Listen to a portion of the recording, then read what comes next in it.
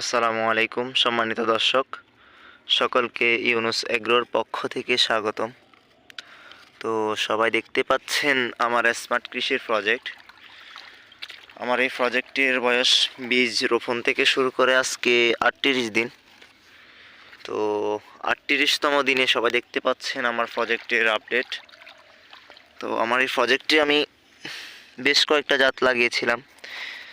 বেশ কয়েকটা জাতের ভিতরে এগুলো হচ্ছে বিষপাতার কাঞ্চন। তো আপনাদেরকে একটু আমি দেখানোর চেষ্টা করি কাঞ্চনটা কি পরিমাণে ফলন আসতেছে। এই যে সবাই দেখতে পাচ্ছেন, ফলন আলহামদুলিল্লাহ অনেক ভালো।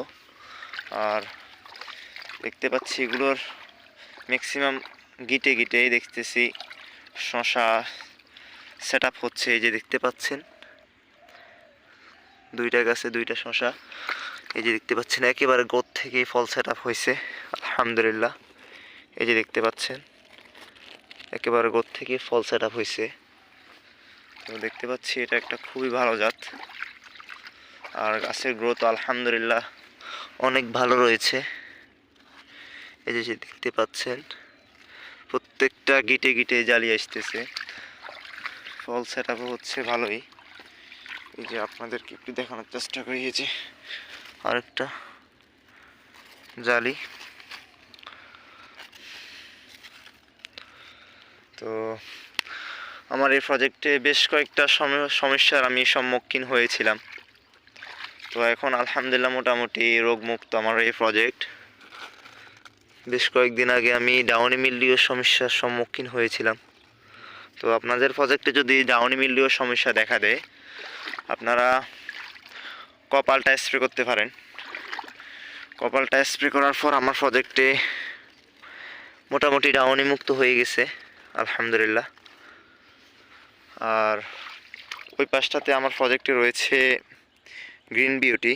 তো আপনাদেরকে একটু আমি দেখানোর চেষ্টা করি গ্রিন বিউটিটার ফলন কেমন আসতেছে। চলুন।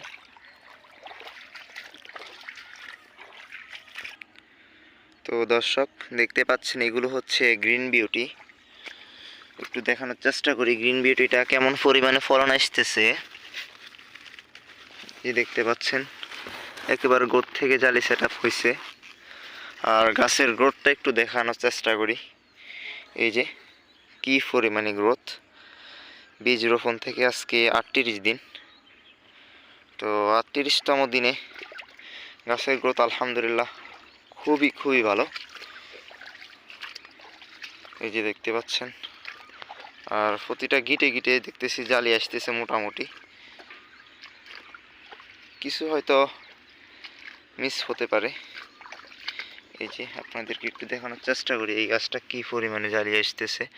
এই যে মোটামুটি আশা করি ইনশাল্লাহ এগুলো সেট আপ হয়ে যাবে। একটা দুইটা, ওই যে পাশে তিনটা।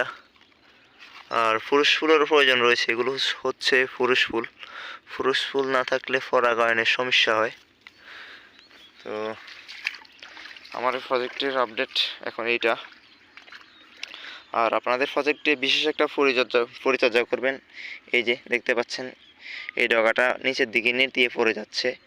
তো আপনারা এগুলোকে ধরে এইভাবে পেঁচিয়ে দিবেন, তাহলে দেখতে পাবেন যে গাছগুলো সাবলীলভাবে উপরের দিকে বেড়ে উঠবে। এই যে দেখতে পাচ্ছেন জালি, নোটে নোটে জালি আসতেছে।